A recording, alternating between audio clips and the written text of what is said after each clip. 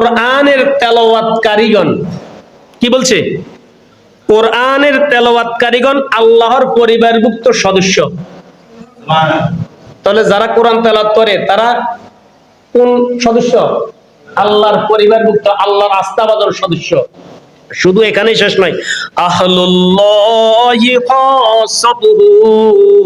রাসূলুল্লাহ সাল্লাল্লাহু আলাইহি ওয়াসাল্লাম বলেন, আল্লাহর পরিবারভুক্ত, আল্লাহর বিশেষ বান্দা। যারা বেশি বেশি কোরআন তেলাওয়াত করে তারা আল্লাহর পরিবারভুক্ত সদস্য, আবার আল্লাহর বিশেষ বিশেষ বান্দা।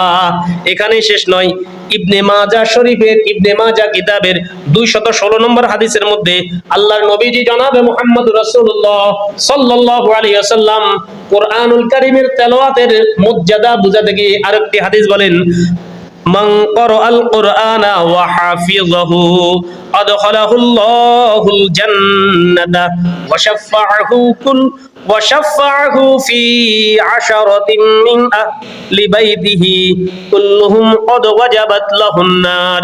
সকলে বলেন সুবহানাল্লাহ। রাসূলুল্লাহ সাল্লাল্লাহু আলাইহি ওয়াসাল্লাম ইবনে মাজাহ শরীফের 216 নম্বর হাদিসের মধ্যে কোরআনুল কারীমের তেলাওয়াতের মর্যাদা বুঝাতে গিয়ে আমাদের জন্য, আমাদেরকে উদ্বুদ্ধ করার জন্য এই হাদিসটা বললেন। হাদিসটা হচ্ছে কি, মান ক্বারাআল কুরআন, যে ব্যক্তি কোরআন তেলাওয়াত করবে, কি করবে?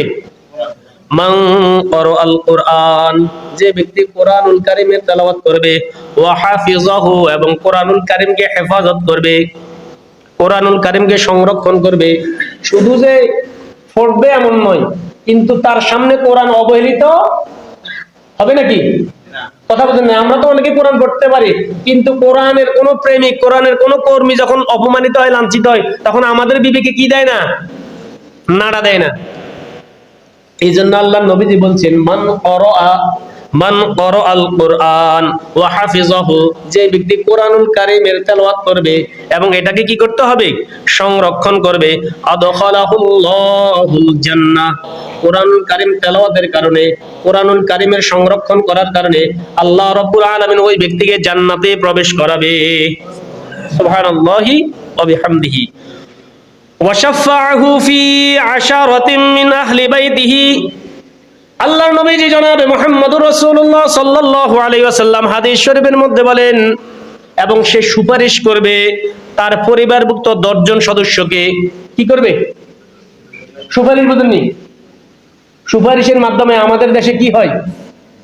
চোর সাজা থেকে মুক্ত পেয়ে যায়। কথা বুঝেন নাই? হ্যাঁ, সুপারিশ করতে বলছেন নবীজি কাদের জন্য? আর আমরা সুপারিশ করি কাদের জন্য? আমাদের দেশে সুপারিশটা হয় চোরের জন্য, বদমাশের জন্য, বাটপারের জন্য। কথা বুঝেন নাই? ভালো লোকের জন্য আজ পর্যন্ত কেউ সুপারিশ করছে কিনা আমার জানা নাই। কথা বুঝেন নাই? তো নবীজি কি বলছে এটা শুনেন, ওয়াশাফাহু ফি আশারাতিন মিন আহলি বাইতিহি, কোরআনের তেলাওয়াতকারী সুপারিশ করবে তার পরিবারের 10 জন সদস্যের জন্য। কয়জন? কয়জন সদস্যের জন্য? 10 জন সদস্যের জন্য সে সুপারিশ করবে। কুল্লুহুম ক্বাদ ওয়াজাবাত লাহুন নার, যে 10 জন সদস্য জাহান্নামের সাজাপ্রাপ্ত আসামি। সুবহানাল্লাহি ওয়া বিহামদিহি। কোরআনের মর্যাদা আছে না নাই? তেলাওয়াতের মর্যাদা আছে না নাই? আল্লাহ রাব্বুল আলামিন আজকে আমরা অনেকগুলো হাদিসের মাধ্যমে কোরআনুল কারীমের তেলাওয়াতের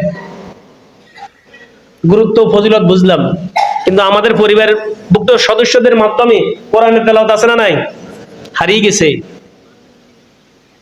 আমরা ছোট্টবেলায় দেখেছি, যখন আমরা বাড়ি বাড়ি হাঁটতাম, তখন দেখতাম প্রত্যেকটা পরিবার, প্রত্যেকটা সদস্যের ঘর থেকে কিসের আওয়াজ বের হতো?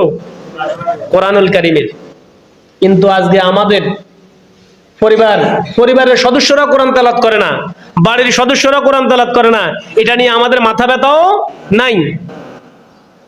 ওই যে থাকবে কোন জায়গা থেকে, গত সপ্তাহে বলছিলাম না যে বিয়ে শাদীর ক্ষেত্রে আগে কি খোঁজ করতো? মেয়ে তেলাওয়াত করতে জানে কিনা। আর এখন কি খোঁজ করে? বাবার টাকা পয়সা কত আছে, বাবার জমি জমা কতটুকু আছে, মেয়ে মেট্রিক পাস করছে কিনা, আমার ছেলে আইএ পাস, এটার সাথে ম্যাচিং হইব কিনা, আমার ছেলেটা কালো, মেয়েটা সুন্দর আছে কিনা। কিন্তু একটা জিনিস খোঁজ করে না যে মেয়েটা কোরআন তেলাওয়াত করতে পারে কিনা।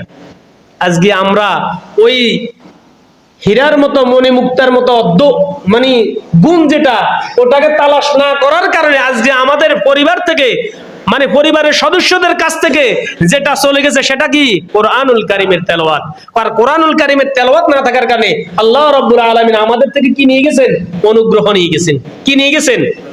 কারণ আল্লাহ রাব্বুল আলামিন কোরআনুল কারীমের মধ্যে বলছে লিওয়াফিয়াহুম উজুরহুম, যারা বেশি বেশি কোরআন তেলাওয়াত করবে, কি করবে? যারা বেশি বেশি কোরআন তেলাওয়াত করবে আমি রব্বুল আলামিন তাদেরকে পরিপূর্ণ প্রতিদান দিয়ে দেব। এখানে তো শেষ নয়, ওয়ায়াজিদাহুম মিন ফাদলিহি, আল্লাহ রব্বুল আলামিন বলেন যারা বেশি বেশি কোরআনের তেলাওয়াত করবে আমি রব্বুল আলামিন তাদেরকে দুনিয়ার জিন্দেগিতে পরিপূর্ণ, আমি রব্বুল আলামিন তাদেরকে দুনিয়ার জিন্দেগিতে পরিপূর্ণ অনুগ্রহ দান করব। কোথায়? দুনিয়ার জিন্দেগিতে আল্লাহ কি দিবেন? অনুগ্রহ দিবেন। কিসের বদলতে? তেলাওয়াতের বদলতে।